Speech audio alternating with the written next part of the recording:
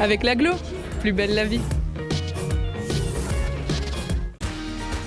31% des accidents du quotidien ont diverses origines. Assurance accident de la vie, la sécurité par tous les temps. Après quelques éclaircies, l'hiver refait surface et ne s'avoue pas vaincu. On commencera la matinée sous la neige et la pluie prendra le relais en cours de matinée. Ça finit par se calmer l'après-midi, on profite d'une remontée des températures avec de 0 à 2 degrés à l'aube et de 8 à 10 degrés en soirée. Demain samedi 20 février, nous fêtons les aimés. Le soleil nous accompagnera de 7h31 à 17h59. Je vous souhaite une excellente fin de semaine à tous. À demain!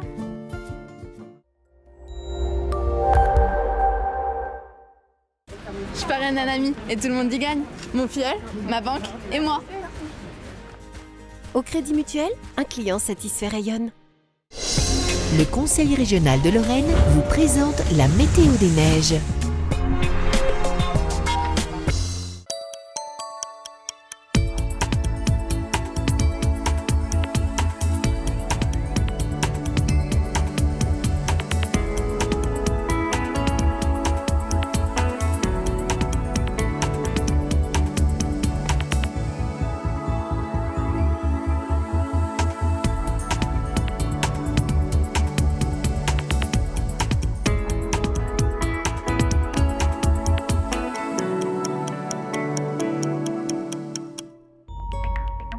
Retrouvez toutes les informations sur l'enneigement de vos stations préférées sur www.bulletin-d-neige.com.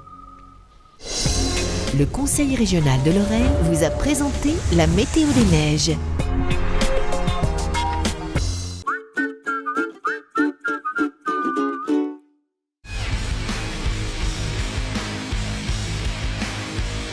La ville de Sarreguemines, au nord, c'est sportif.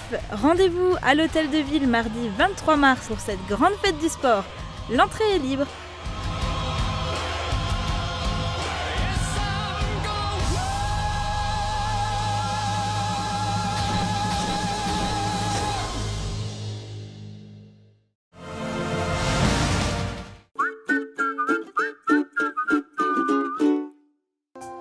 Transport, matériel médical, aide à domicile. AVS Santé, notre métier, vous accompagner. Le Sarreguemines Football Club se déplace ce week-end à Pagny-sur-Moselle. Les faïenciers sont en quête de points pour assurer le maintien en CFA2 le plus vite possible.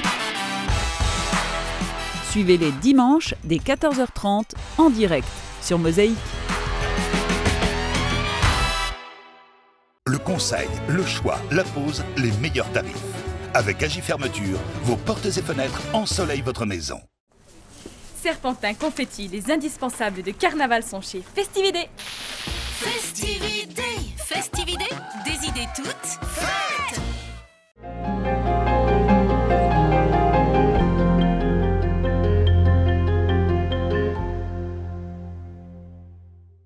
La structure. Ah, commence ici. On met à 45 degrés. Ça tourne. Ce n'est ni un pendule, ni une baguette de sourcier. Au regard des procédés actuels de détection, coûteux et approximatifs, cet outil d'une simplicité déconcertante détecte et localise avec précision les anomalies géologiques. Une invention qui a éveillé l'intérêt des géologues canadiens, tandis qu'en France, on fait encore la fine bouche. Fernando de Sa Silva a découvert un procédé innovant et ingénieux qui ouvre une nouvelle dimension de la géophysique élémentaire. Est-ce que vous pouvez nous dire en quoi consiste cette invention? Alors j'ai découvert que chaque élément a une forme de rayonnement et ma découverte scientifique et mon invention, c'est arriver à détecter le rayonnement de chaque élément. Fernando de Sa Silva est né au Portugal en 1952. En 1975, il part au Canada pour fuir l'insécurité qui règne dans son pays. Il commence alors à travailler dans le milieu de la bijouterie avant de créer sa propre entreprise.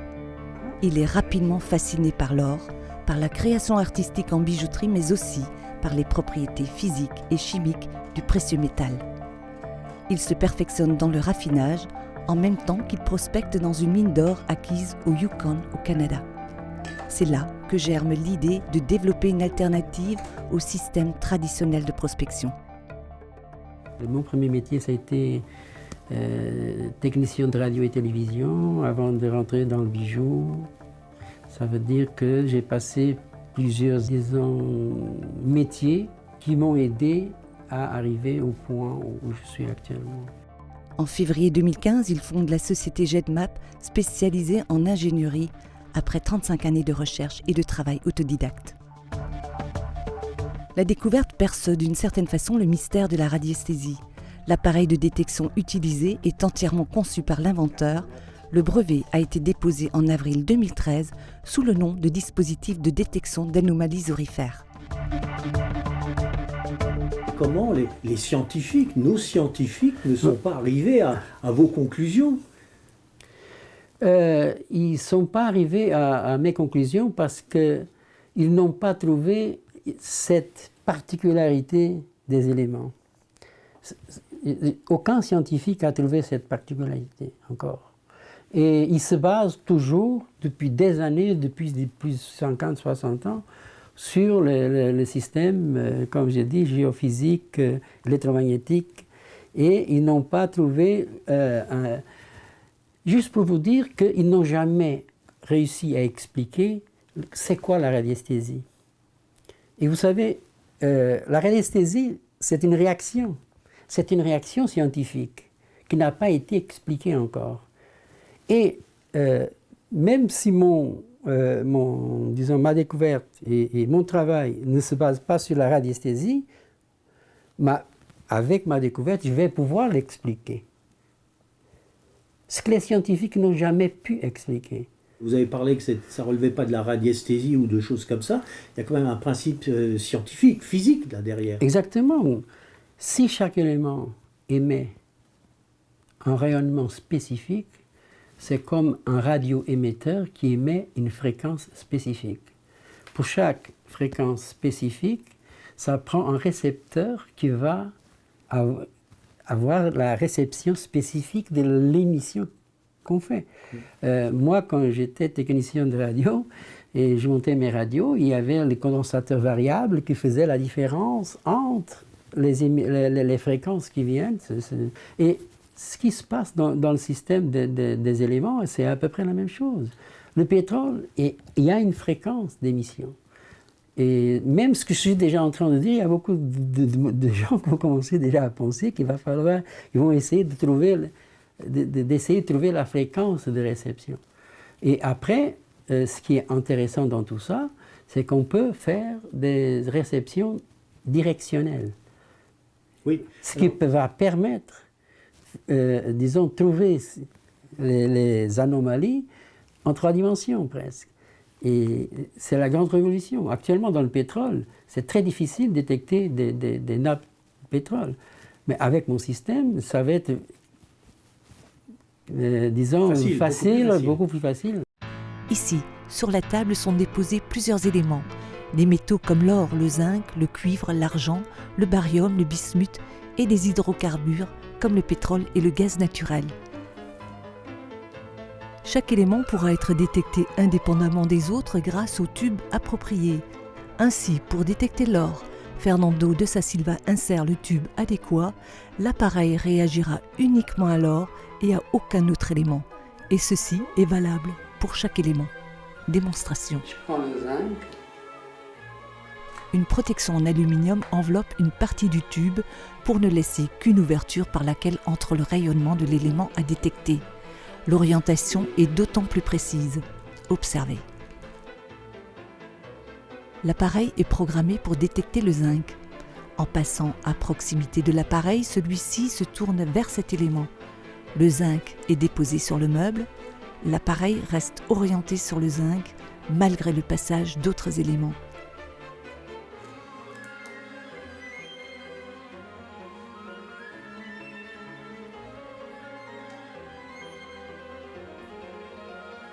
Il réagira à nouveau lorsque le zinc sera déplacé.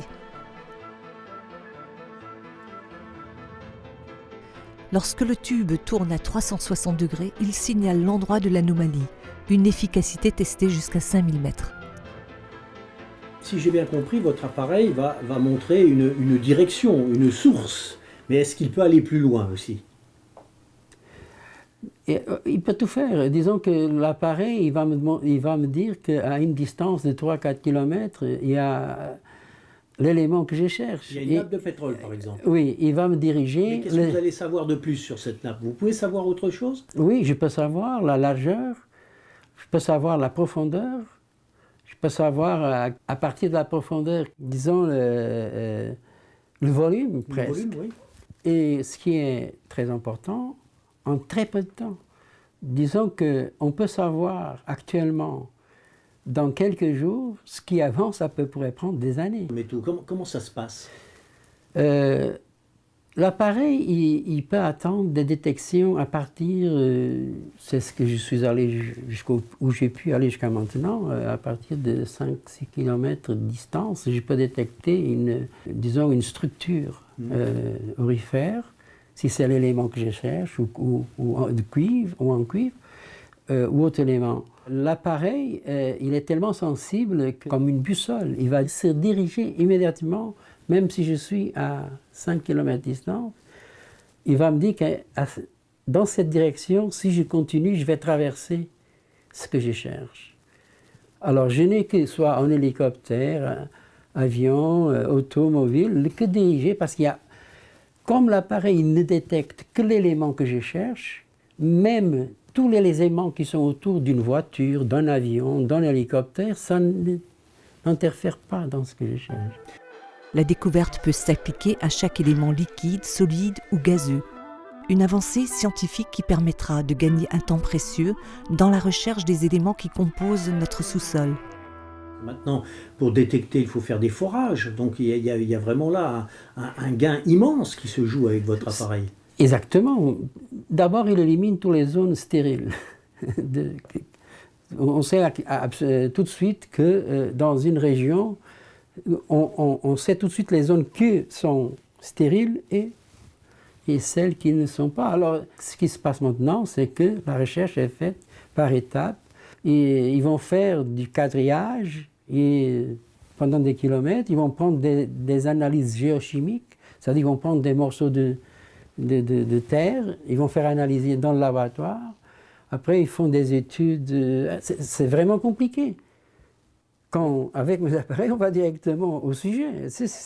Si on trouve, par exemple, des zones où les roches viennent jusqu'en surface, où la roche-mère vient en surface, on va pouvoir faire des décapages faciles et on voit tout de suite la minéralisation. Il n'y a rien de comparable. Vous avez bien abordé tout l'aspect de prospection des sous-sols avec les aspects aussi économiques qui en découlent, mais oui, je pense que votre invention peut aussi avoir d'autres applications que dans la découverte précisément des richesses de notre sous-sol.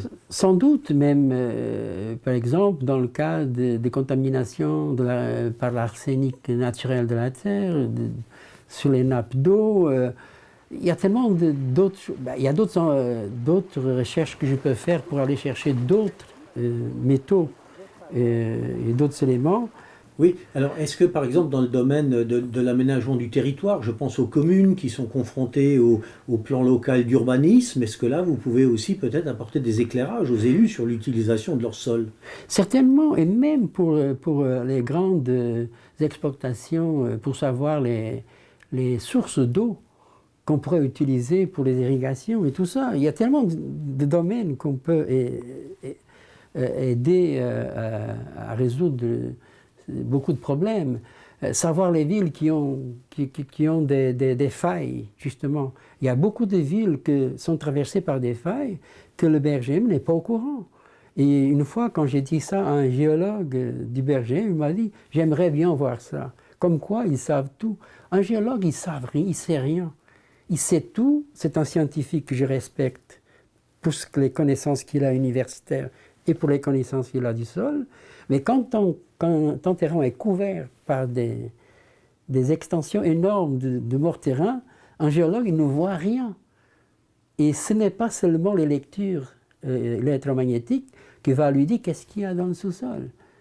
Alors, il faut accepter l'innovation. Et moi, quand je veux présenter cette innovation en France, c'est très difficile. Tandis que quand je suis arrivé au Canada, tout de suite, ils m'ont demandé, on va faire un tour. On connaît déjà des locaux qui ont des anomalies. Alors, si tes appareils vont les détecter, on travaille et on fait des projets.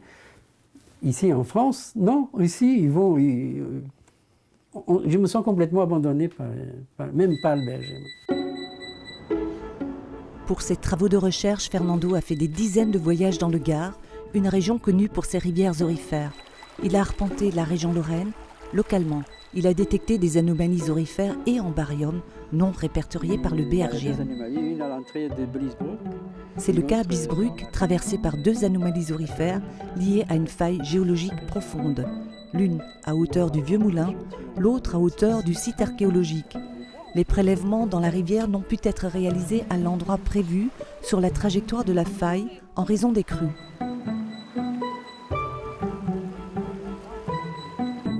Il y a des structures qui traversent la Blies et moi je voulais prouver qu'il y a des anomalies polymétalliques. Ce n'est pas juste là, c'est surtout aussi le zinc, l'argent et toute la région de la Moselle-Est, même au niveau de Beach, j'ai trouvé des résultats très intéressants avec des anomalies aurifères. Pas moins de 3 anomalies aurifères traversent la route de Beach vers le Grand Visin. C'est la roche qui va révéler la nature du sous-sol. La couleur, les minéraux, la présence de rouille et de vénule sont des indicatifs précieux. L'analyse d'échantillons de roches prélevés à cet endroit atteste de la présence d'or. C'est ici que j'ai eu 4,6 grammes aussi dans les pierres que j'ai envoyées en Serbie. J'ai eu 4,6 grammes à la tonne. Ce qui est beaucoup. Mais ce qui est beaucoup. Pour une place qu'on n'a jamais parlé qu'il y avait de l'or ici. Pour moi, c'est le plus extraordinaire. En 1998, une analyse des eaux de captage d'alimentation de l'eau potable de Sarre-Union révèle une présence de baryum supérieure à la normale. Compte tenu du contexte géologique et environnemental, le Bureau de recherche géologique minière, le BRGM, penche vers une origine humaine. Fernando de Sa Silva avance une origine naturelle. Elle commence ici, parce que pour que l'eau qui existe dans les nappes souterraines, qu'elles aient un taux anomalique de baryum, c'est vraiment à cause de failles qui existent dans la région. Et moi, je les détecte, les failles, et je pourrais amener un géologue et leur montrer que vraiment, il y a des failles dans la région que provoquent des anomalies en baryum. C'était en août 2006. Depuis 2006, les habitants de Hillsprich vivent un cauchemar. Les maisons se fissurent et la commune est reconnue en état de catastrophe naturelle. En cause, une couche de sel souterraine infiltrée par l'eau produit des mouvements de terrain. Pour la commune, il est urgent de connaître exactement les emplacements à risque pour élaborer le plan local d'urbanisme et définir les zones constructibles tout en tenant compte du plan de prévention des risques naturels. Le coût des interventions des services de l'État et les travaux de forage avoisinent le million d'euros et grèvent le budget communal de 110 000 euros. Il reste encore des incertitudes nécessitant 3 forages supplémentaires pour détecter la profondeur du sel dans les zones vertes et rouges vers la zone touristique. Les services de la DDT avec le BRGM, ils sont en train de voir à quel endroit exactement qu'ils vont les faire, ces fameux forages, pour voir à quelle profondeur se trouve le sel dans cette zone-là. Fernando de Sa Silva a rencontré le maire d'Hillsprich et son adjoint pour faire une démonstration de son appareil. En moins d'1 heure, le géophysicien a établi un état des lieux semblable au constat du BRGM. Une démonstration convaincante qui ouvre peut-être des perspectives de collaboration. C'est très impressionnant et quand on regarde par rapport à ce que lui trouve avec son appareil et quand on regarde la carte, vraiment la cartographie que le BRGM a élaborée, c'est vraiment des choses qui sont comparables. Est-ce que c'est un appareil qui peut vous servir dans l'élaboration de votre PLU ? Ce serait déjà un plus pour nous au niveau de la révision du PLU et qu'on connaisse vraiment exactement au millimètre près le zonage et et ce qu'il y a sous la terre à une certaine profondeur. Et au niveau du système faillier aussi, on pourrait découvrir certaines choses qui pourraient nous aider dans cette élaboration du PLU. Ce serait aussi un plus au niveau du BRGM pour leurs études qu'ils vont faire dans un avenir proche. Et ce serait bien s'ils pouvaient travailler ensemble et partager leurs connaissances. Voilà la découverte que j'ai faite au lac Taché 1, que nous sommes en train de décaper. Depuis 3 ans, Fernando de Sa Silva collabore avec une compagnie d'exploration minière au Canada. Son travail de géophysicien consiste à trouver ce qu'on nomme des cibles d'exploration cuprifères et aurifères. Voici des fourrages qui ont été réalisés en 2012 au lac Taché avant son arrivée. Ici, vous allez voir, c'est un vrai nid de forage. Ils ont dépensé ici des milliers et des milliers, on va dire, d'euros. Et pour, à la fin, tout abandonner. La société GEDMAP de Fernando de Sa Silva vient de signer son premier contrat français avec la SAS Terre, dirigée par André Grosjean, qui après les fourrages d'eau tente l'aventure pétrolière à Chaouet, en Meurthe-et-Moselle. On n'a aucun mal à imaginer toutes les applications possibles avec cette découverte scientifique, tant dans la connaissance de notre sous-sol que dans l'aménagement du territoire.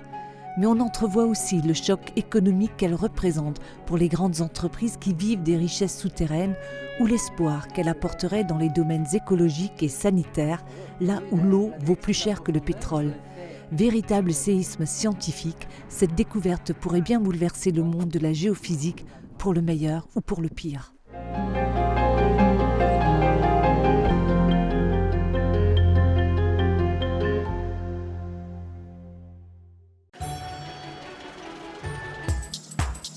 Avec Firch Menuiserie, votre maison devient tendance.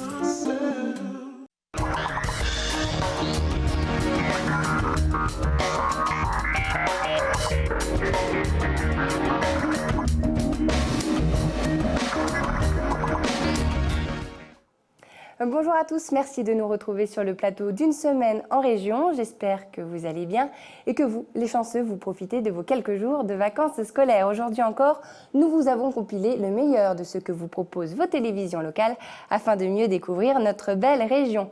Au sommaire, aujourd'hui, de la gourmandise dans cette émission avec la dégustation de pâtes insolites vosgiennes, mais également la découverte des secrets de fabrication des fameux bonbons des Vosges.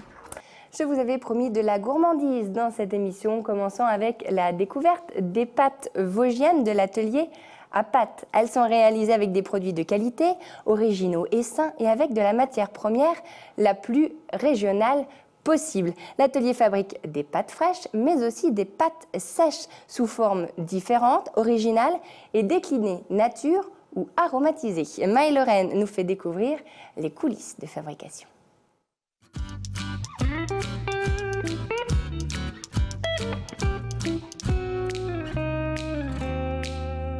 C'est un atelier artisanal qui a été créé il y a 1 an et demi, dans lequel on fabrique des pâtes alimentaires fraîches et sèches, avec des formes et des saveurs originales et le plus possible terroir et local. On est vosgien et on en est fiers de l'être, et lorrain également, et donc on fait en sorte que tous nos produits soient issus de l'agriculture locale quand on le peut. Et comme par chez nous il y a quand même beaucoup de producteurs et d'artisans de qualité, on a réussi à faire une gamme bien étendue en respectant cette ligne de conduite. Là, les pâtes à l'ail des ours. L'ail des ours, c'est une plante qui est récoltée sur le massif vosgien. Donc l'ail des ours, on a aussi des pâtes au petit épeautre, un petit épeautre qui est produit près de Toul. On a aussi d'autres gammes comme les orties, le basilic. Alors, un produit qui est assez récent également, donc des trottols au safran, avec du safran des Pailloux qui est cultivé à Plombières-les-Bains. Donc dans les Vosges, à une vingtaine de kilomètres d'ici. Et puis on a toute une gamme qu'on a développée aussi pour le milieu du sport, mais aussi de la récupération et des régimes, dans lequel on retrouve du chanvre qui est de Dommartin-Mirmont, petit épeautre également. Et puis les œufs, la base de nos pâtes, ce sont les œufs qui viennent du village et du GAEC de Basse-sur-le-Rue. Mon mari s'est reconverti donc, il y a 8 ans, il est devenu agriculteur. Et donc, il a des volailles qu'il élève en plein air et des poules, donc des œufs forcément. Et dès qu'il a des nouveaux lots de poules, les poules mettent à peu près 3 semaines à 1 mois avant de produire vraiment des œufs du calibre demandé pour être commercialisés. Voilà. Donc avec les petits œufs, eh bien, on fait des pâtes. Le produit lorrain, c'est la base, mais aussi ce qu'on recherche, c'est la saveur. On prend le temps de produire, on prend le temps de bien mélanger les ingrédients et on prend le temps aussi de donner envie dans nos formes et des recettes qu'on peut associer avec certains restaurateurs qui nous font confiance, avec qui on a développé certaines recettes. Il est clair que des pâtes vosgiennes, ça ne se faisait pas. Les pâtes alsaciennes sont très bonnes. On est regroupé Lorraine-Alsace, c'est bien, mais si on pouvait vendre nos pâtes en Alsace, on serait très fiers. Et plus loin, pourquoi pas. Mais ça, ce sera pour les années futures.